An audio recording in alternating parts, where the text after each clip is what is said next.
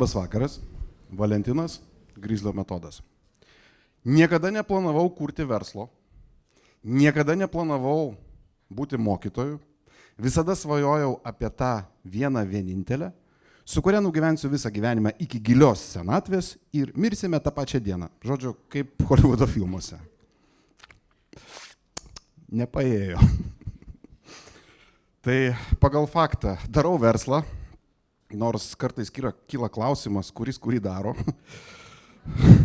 Saveikaujam kažkaip, kartais pagal Bibliją, kartais pagal Kamasutrą. Esu treneris konsultantas, o kalbant apie tą vieną vienintelę, esu vedęs 3 kartą, oficialiai, neoficialiai 5. Nu tai kaip suprantat, jo, mano kolegos man dažnai sako, Valentinai, kurk seminarą apie vyrų moterų santykius. Aš jau matau tą pavadinimą. Grizlio metodas, kaip garantuotai sumauti santykius su antra pusė. Kas būtų norinčių į tokį seminarą ateiti? Blemba, dar yra rankų. Ok, hebrytė, aš pagalvosiu.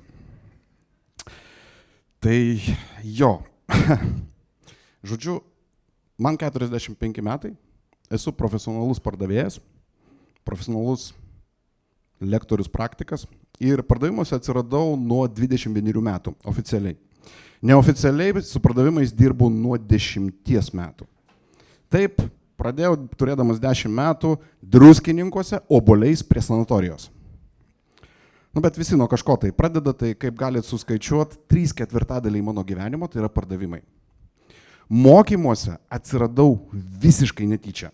Tiesiog vienas klientas, man buvo kažkur tai plius minus apie 25 metai ir vienas klientas pasikvietė manęs kavos ir sako, Valentinai, man patinka, kaip tu bendrauji su klientais, tu esi tobulas dėstytojas, man tavęs reikia. Nu, aš žvengiau kaip girtas katinas iki ašarų. Sakau, aš mokytojas, baikit, nemanau. Sako, kalbėt moki, man tinka. Nu, okei. Gerai, sakau, ką reikės dėstyti? Kompiuterinį raštingumą. Sakau, blemba, bet aš nieko apie kompiuterius nesuprantu. Sako, dirbt moki, nu išmokau, pats savarankiškai tinka. Okei. Duoda man medžiagą, sako, pagal ją pasiruošt galėsi, nu, pagal medžiagą pasiruošt galėsiu. Tinka. Ir tada jis įvardina honorarą. Ir kad suprastume tais laikais, čia dar buvo litų laikai, Druskininkuose vidutinis vadybininko atlyginimas tai buvo kažkur 600-800 litų į rankas. Aš uždirbdavau 1000 iki 1,5, nes buvau geras pardavėjas. Ir man pasiūlo honorarą ir aš suprantu, kad nedarbo metu vakarais aš galiu beveik padvigubinti savo pajamas. Nu, okei, žodžiu, užkabliavo, nueinu dėl pinigų. Ir jau 3 pamokoj įvyksta stebuklas. Viena iš mokymų dalyvių, jinai nesupranta, kaip ten ką reikia padaryti, aš jai parodau, paaiškinu, jinai tai pakartoja ir jai pavyksta. Ir moteris atsisuka į mane ir puokštė emocijų akise. Nuo wow, aš tai padariau pati, iki nuoširdaus, gilaus dėkingumo, tu man padėjai. Ir pas mane kažkas ten sukibirkščiavo, prisimenu, kaip dabar stoviu prie lango, žiūriu ir galvoju, blemba, šitos akimirkos negaliu įvardinti pinigais. Ant tiek buvo gera, kad aš tiesiog prisiliečiau prie žmogaus ir jam kažkas pavyko. Taip aš atidirbau metus laiko, vėliau buvo 5-7 metų pertrauka, kuomet aš persikėliau gyventi į Kauną. Ir jau ten buvau gerai veikiantis pardavėjas, sekėsi iš tikrųjų puikiai ir istorija pasikartoja. Pas mane ateina vienas klientas, mano klientas ir sako, Valentinai, man patinka, kaip tu dirbi, ateik pamokyk mano žmonės taip pardavinėti. Nu, kadangi jau šiokios tokios patirties mokymuose yra, nors realiai visiškai žalias, nežinau nei kaip mokyti žmonės, nei ką su jais reikia daryti, bet esu jau pasiilgęs šito veiksmo, ir aš pradedu eiti, reiškia, per įmonės. Ir tai tampa mano hobiu. Tai buvo mano hobiu maždaug apie 2 metus ir aplinka pradėjo kalbėti. Valentinai, kurk savo verslą. Nu, kad įsivaizduotumėt. Valentinas 15 metų dirba už atlyginimą. Koks ne koks, bet vis dėlto stabilumas. Tu žinai, prastesnis, geresnis mėnuo, bet ateis tą dieną mėnesyje ir tau tikrai įkris kažkokia tai suma į tavo sąskaitą. Ir man tai buvo barjeras. Kai tiek laiko dirbi samdomą darbą, atsiranda įspaudas galvoj ir man sunku per tą įspaudą buvo perlipti. Jo labiau, kad yra šeima, yra vaikas, dabar paimk ir išeik visišką nežinią. Na, bet gyvenimas viską sustato sava vaga ir aš atsiduriu tokioj kryžkeliai, kuomet man reikia rinktis. Aš dar gerus metus laiko svarsčiau vis dėlto eiti ar neiti. Kol finale padėjau pareiškimą ant stalo ir išėjau į visišką nežinią. Taigi, ne tai. Kur prabėgau? Neprabėgau. Va, veiklos pradžia. Čia buvo tokia mano veiklos pradžia. Teoriškai aš turėjau planą. Arba tiksliau, man atrodė, kad aš turiu planą. Pagal faktą, man 35 ir aš esu visiškas nauneimas. Tie klientai, kurie teoriškai sakė, tu tik padaryk, mes ateisim, jie staiga visi padaro dingau. Ok, turiu tokį saugumo garantą, pinigai atidėti 2 mėnesiams ir aš susiduriu su tokia pirma galbūt situacija, kai aš suprantu labai įdomų daiktą. Ant kiek gerai man sekėsi pardavinėti kitų daiktus ir paslaugas, ant tiek šūdinai man sekasi pardavinėti save. Aš vaikštau į susitikimus, ieškau partnerių ir beveik kiekvieną susitikimą mane siunčia į Peru. Kartais visiškai atvirų tekstų, kartais subtiliai. Ką reiškia subtiliai pasiųsti į Peru? Šypsenėlė ir mes pagalvosim. Žinot, ką reiškia pardavimuose posakis mes pagalvosim? Antradienį 1 valandą. Ir tokių antradienių ir 1 valandų aš turėjau 7 dienas per savaitę. Pinigai į pabaigą, kažką daryti reikia ir aš padarau didžiulį feilą. Aš tampu jesmenu. Žmogumi, kuris pasakė taip. Ką tai reiškia? Aš pradedu sutikti absoliučiai su visais pasiūlymais. Kad įsivaizduotume, tuo metu lektoriaus honoraras buvo maždaug 1000–1200 litų už dienos darbą ir ten su žvaigždutėm vietinės reikšmės iki 2–2,5. Aš dirbau už 500 litų, aš dirbau už 300 litų, aš dirbau už 150 litų, nes reikėjo maitinti šeimą. Bet negana to, aš nueinu dar giliau. Aš pradedu sutikti, vesti mokymus tomis temomis, kuriams aš esu visiškai nepasiruošęs. Nu, kad įsivaizduotumėte, ne? Ateini kalbė apie pardavimus ir tau pasako, žinot, mums pardavimai nėra aktualūs, bet, žinokit, komandinė komunikacija mums būtų gerai.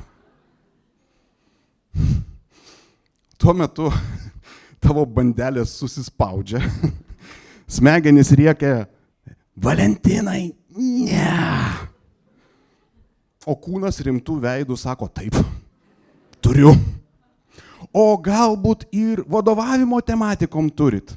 Iki to laiko nei vienos dienos nevadovavęs, taip turiu. Nu, vienu žodžiu, tai buvo tokia stadija, kada jeigu man pasiūlytų pravesti seminarą apie vazektomiją, aš ir tai padaryčiau.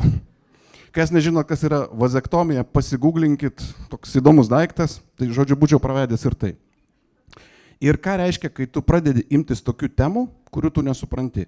Kiekvienas pasiruošimas kiekvienai temai tai yra magistrinis darbas. Ir nepaisant to, kaip tu bebūtum tam magistriniam darbui pasiruošęs, tu vis tiek nebūsi tiek kietas, kiek žmogus, kuris tame yra profesionalas. Plius, vietoj to, kad pardavinėt tai, ką aš moku, tai, ką aš žinau, aš sėdžiu ir darau magistrinius darbus. Finale to tik tais 5% mano paruoštų temų virsta pinigais. Tu pasiruoši, ateini pas klientą ir prasideda. Oi, žinokit, mes persigalvojam, oi, žinokit, pas mus pasikeitė situacija. Ne, žinokit, ne šiemet. Oi, žinokit, gal kitą kartą. Žinokit, gal paskui. Vienu žodžiu, go to now, here is window. Aš suprantu, kad taip ilgai tęstis negali. Praeina metai laiko, kada aš straglinu ir bandau lipdyti kažkaip tai tą savo veiklą, aš sustoju ir suprantu, viskas. Ir aš iš jesmeno tampu naumenu. Aš labai aiškiai suprantu, kur aš esu stiprus. Aš pradedu atsisakinėti temų, sąlygų ir tokių klientų, kurie man nėra naudingi. Netgi tada, kada yra visiškas šūdas su pinigais, aš sakau ne. Ir per artimiausius porą metų aš pradedu auginti raumenis. Atsiranda daugiau klientų, atsiranda normalesnės pajamos, atsiranda įvairiausios partnerystės. Ir visas šitas laikotarpis jisai truko sum sumarum 4 metus, tai 4 metai mėsmalės. To be or not to be. Kada vaikštai plonų ledų ir dar ir tau bus šakės. Bet viskas išėjo į naudą, plus 300% klientų, plus 300% pajamų, plus 300% kompetencijos. Ir štai aš jau esu toks stiprus, pasitikintis savim, žmogus, kuris iš tikrųjų žino, ką jis daro savo versle. Ir nutinka situacija. Žinot, periodiškai per mokymus girdžiu tokią užklausą. Žinokit, turim tokių klientų, su kuriais nenorim dirbti. Kas aptarnavime, pardavimuose dirbat, neduosit sumeluot. Yra tokių įmonių, yra tokių fizinių asmenų, su kuriais geriau nedirbti. Ir aš paprastai tai sakydavau, tokie klientai, ne? Ir aš paprastai į tai sakydavau, pasakykit tokią kosminę kainą, kad jie tiesiog neturėtų pinigų susimokėti. Arba kad tai būtų visiškai nelogiška kaina. Arba galų gale pagalvotų, kad jums yra su keptuvė ne viskas tvarko ir jie tiesiog paliktų jūs ramybėj. Ir štai aš einu į dar vieną susitikimą su potencialiu klientu. Tokias kontoras vadinu ragų ir kanopų kontoromis. Tai kontora, kur yra visiškai nesveikas požiūris į žmogų, visiškai nesveikas požiūris į klientą, visiškai nesveikas požiūris į savo darbuotojus. Žinot, tokių kontorėlių yra. Bet man jų tas neparašyta. Ir pokalbio metu aš taip šmestelnu tokią frazę. Pamokyk mano debilus geriau dirbti. Man iš karto zoomeris viduj, jau kažkas yra negerai. Aš jau pats ruošiuosi tept slidės. Ir aš pasakau visiškai kosminę kainą, bet visiškai kosminę. Man tų pinigų užtenka, kad paskui 2 mėnesius nieko nedaryt ir dar liks. Kas galėjo sutikti su tais pinigais, aš neįsivaizduoju. Tiesiog. Ir blemba man pasako, darom.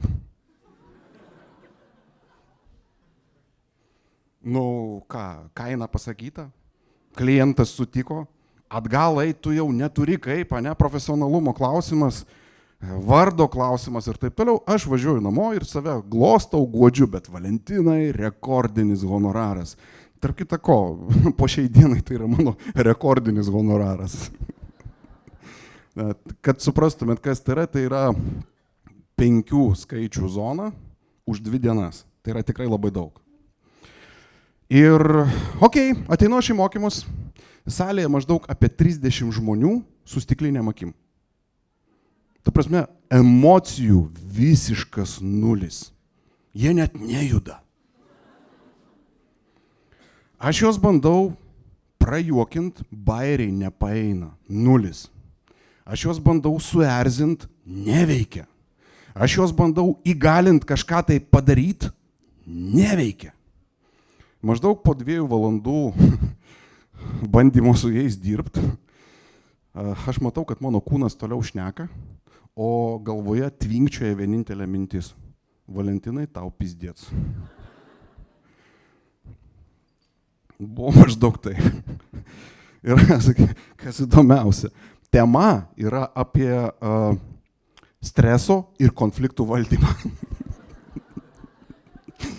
Sėdi visiškai ramus, su nuliniam emocijom, mane tokios mirusios sielos, o treneris jau beveik komos būsenos.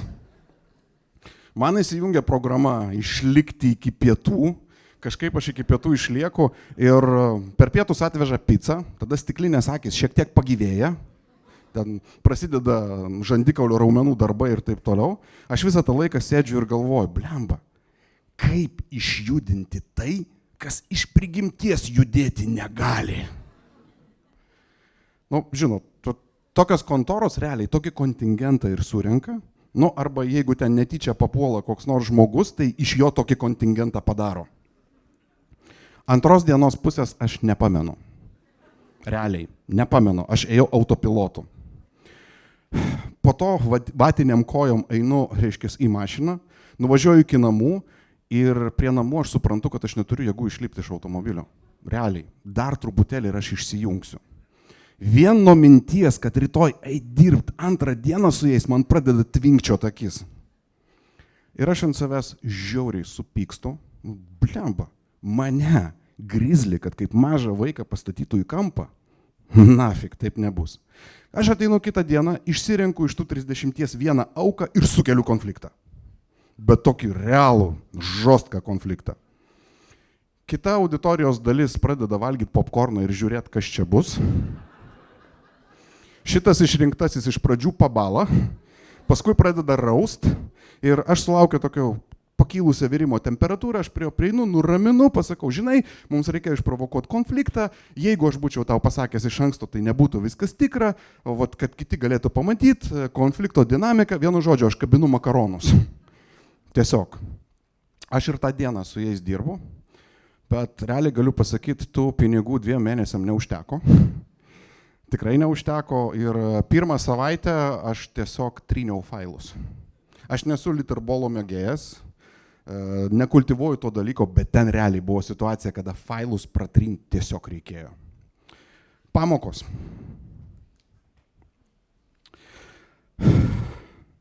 Pinigai yra ne viskas. Taip jie yra svarbus, bet jie toli gražu yra ne viskas.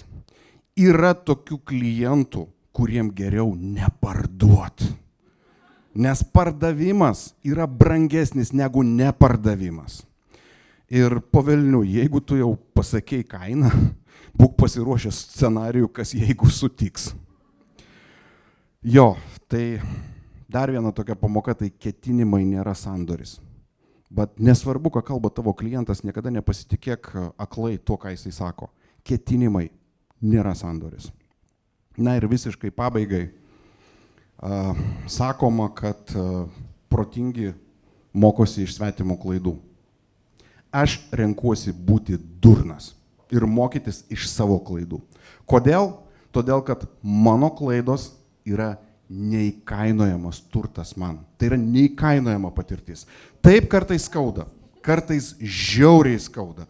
Na bet žinai, jeigu stuburo viršus atsisako veikti, kenčia stuburo apačia.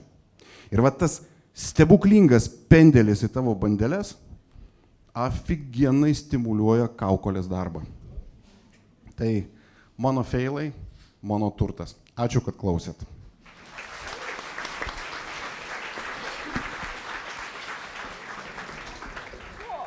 Atsiprašau. Ačiū Valentinui už tai, kad taip drąsiai ir ryžtingai dalinaisi visko čia šiandien atsistojęs. Pas mus, žinok, visokių fainų klausimų. Prikrito ir tokių, žinai, super greitų ir kur matosi žmonės nori su tavim pajokauti. Jau įdomu. Bet galim pradėti nuo tokio paprasto klausimėlio. Klausia, kokią durniausią temą esi vedęs mokymus ir kokia tema buvo sunkiausia mokymus pravesti, jeigu tai nebuvo ta, apie kurią ką tik papasakai? Jaučiu, kad vazektomija ir būtų durniausia, bet aš jos nevedžiau.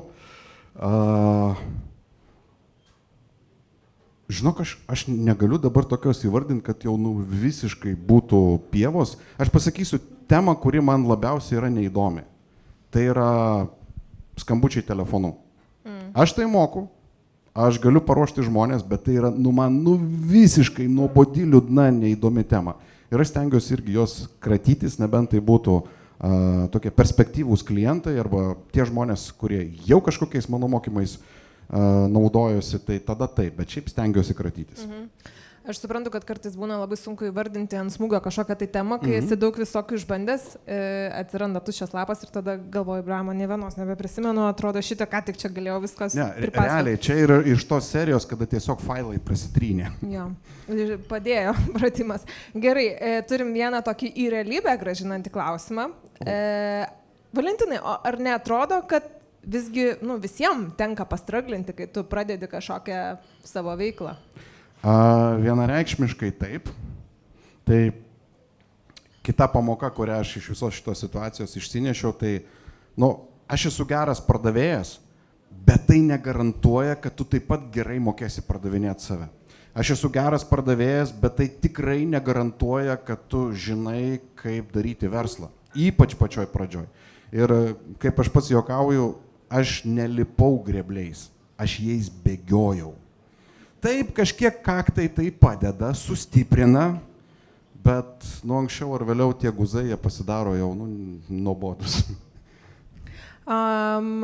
Ir Marius sako, posakis, kai nežinai, ką daryti, nedaryk nieko. Ar kada nors tavo gyvenime buvo toks panaudotas? Kai tryniau failus. Ne, šiaip ne mano charakteriui sėdėti ir kažko tai laukti. Aš ta prasme toks žmogus, kuris negali sėdėti ir nieko nedaryti. Nors patarimas yra teisingas. Ką aš galbūt įsivedžiau savo gyvenime kaip tokią praktiką, aš tiesiog periodiškai sustoju. Nereflektuoju per daug, tas irgi yra reikalingas, bet kai užsikasi savianalizėse, irgi prie gerų dalykų nepriveda. Nes tokių užsikasusių savianalizėse galima sutikti labai daugelėje salių apie savęs pažinimą. Realiai žmogus vaikšto į milijoninius kiekius motyvacinių mokymų ir tikisi, kad kažkas pasikeis, bet blemba nieko nesikeičia, nes pasirodo kažką reikia daryti. Tada vėl vaikšto, ir taip pasaka be galo be krašto. Gerai, o aš dar turiu tokį apie tavo Yes Man etapą klausimėlį. Čia šiaip yra tas greblys, ant kurio užlipa didelė dalis pradedančiųjų, nes atrodo, kad reikia kabintis, dar kai tu nebeturi samdomo darbo ir tokio reguliaraus atlyginimo, tu pradedi bijoti, kad kažkada iš vis tie pinigai baigsis. O kaip netapti Yes Man, kai tu realiai dar neturi pagrindo po kojomis? Žinai, įmanoma tai? Man atrodo, šitą fazę gal visi visgi praeina, kai kažkas taip. Greičiausiai labiau taip negu ne. Jeigu aš kartočiau savo kelią, aš vis dėlto jame nieko nekeičiau. Dėl labai paprastos priežasties. Ta kiekį klaidų, kurį aš dariau čia ir dabar, tai man davė didžiausią postumį į priekį. Aš turėjau greitai mokytis. Realiai. Už tai aš tikrai labai stipriai laikinu bet kokias klaidas. O Valentin, dar man toks kyla klausimas. Viena yra būti ekspertu kažkurioje tai temoje. Nežinau, nenorėt dirbti ten su įmonėm, čia yra kitas klausimas. Bet kai vedi mokymus, kai dirbi su žmonėmis, žiauriai svarbi kompetencija yra tiesiog mokėti užmegzti ryšį su jais. Kaip tu šitą dalį tobulini? Kokius atradimus turi, kuriais galėtum su mumis pasidalinti? Žinokit, labai paprastas dalykas. Iš tikrųjų, kas liečia santykio užmezgimą, tai tobulai tinka tai, kad tu moki pardavimuose. Tiesiog kopijuoji ir įdedi. Nes su tuo pačiu klientu nepažįstamu tu turi užmegzti ryšį ir, kaip aš sakau, ką reiškia kompetencija užmegzti ryšį, sukurti kontaktą. Tai kada tu gali su bet kokiu tau nepažįstamu žmogum rasti bendrą kalbą ir padaryti taip, kad jam būtų gera šalia tavęs ir jis tikėtų, ką tu kalbi. Su salė tu tiesiog dirbi kaip su vienu organizmu ir lygiai taip pat pripratini prie savęs ir pratinėsi prie jų. Vienas prie vieno. Gerai, o tai kalbant apie pardavimo skilsus, Audrius klausia, kaip tapti super pardavėjų nuo nulio? Ateiti į Grizlio metodo mokymus. Ok, sakėm, jėgos reklamos, Valentinai. Gerai, kodėl pasivadinai Grizliu? Man irgi šitas yra kažkaip smalsu, niekad nepaklausiu. Čia atskira istorija, kuri susideda dar iš kokių 3 istorijų, bet jeigu taip labai trumpai, lokiai mane persekiojo visą gyvenimą. Ta prasme, nuo mažens, kadangi buvau toks visiškas pagrandukas, mane vieni vadino storiuku, kiti vadino meškutę. Paskui, kada prasidėjo pirmi čiatai, kažkaip man prigijo nickname'as Grizzly. Vėliau, žinot, anksčiau būdavo laikraščiuose, kad praleist laiką tokie visokie testai, kur tu neturi ką veikti, testus rašai, paskui susumuoji taškus ir tau ten kažkoks būna pasakymas, kas tu toks. Ir aš sprendžiu testą, kas tu esi, koks tavo seksualinis temperamentas. Aš tą testą išsprendžiu, ateinu skaityti atsakymą, jūs lokys. Nu kapėts, tyčia nesugalvosi.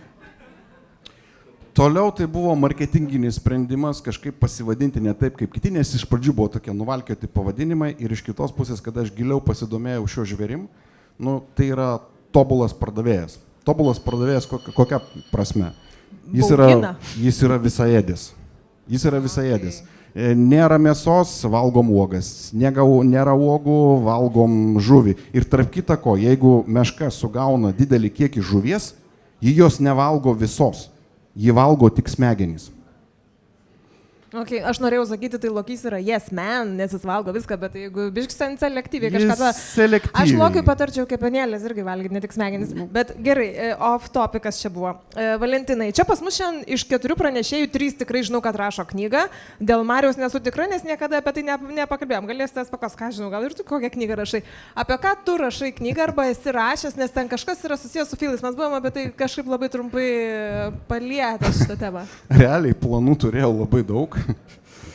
Tai rašau knygą, nežinau, gal kokius paskutinius 10 metų, bet tik mintimis. Tai, bet realiai, kodėl aš esu šitoj scenoj? Svajonės pildosi, žinokit, realiai pildosi, nebūtinai to pavidalu, kurio tu tikėsi, bet pildosi.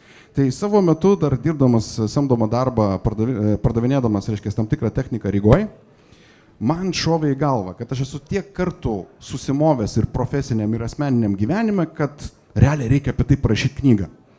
Ir pirmą žingsnį padariau. Aš sugalvojau pavadinimą. Klaidų ir problemų genijus. Tai žiūrėkit, knygos nėra, bet aš esu failnaituose. Nuo kažko pradėti reikia. Jo, nuo kažko pradėti reikia. Gerai, Valentinai, ačiū labai, kad pasidalinai. Mūsų rėmėjas Livin dovanoja tau rinkinuką. Tarp kita ko, apie svajonės. Aš kaip tik su jais deruosi dėl mokymų. O, klausykit, čia mes turim Livino atstovą, tai galite kažką tai dar pasakyti. Bet tai, gerai, žodžiu, sveikinu, kad išdrįsai šiandien pasidalinti savo istoriją. Pirmas žingsnis tavo knygai irgi jau padarytas. Ir aš taip supratau, dar kažkas ateis į seminarą apie vyrų moterų santykius. Ir apie vazektomiją, tai žinok, buvo bent 3 klausimai, klausia kainos, tai žodžiu, čia visai pasteisinęs dalykas pas tai buvo.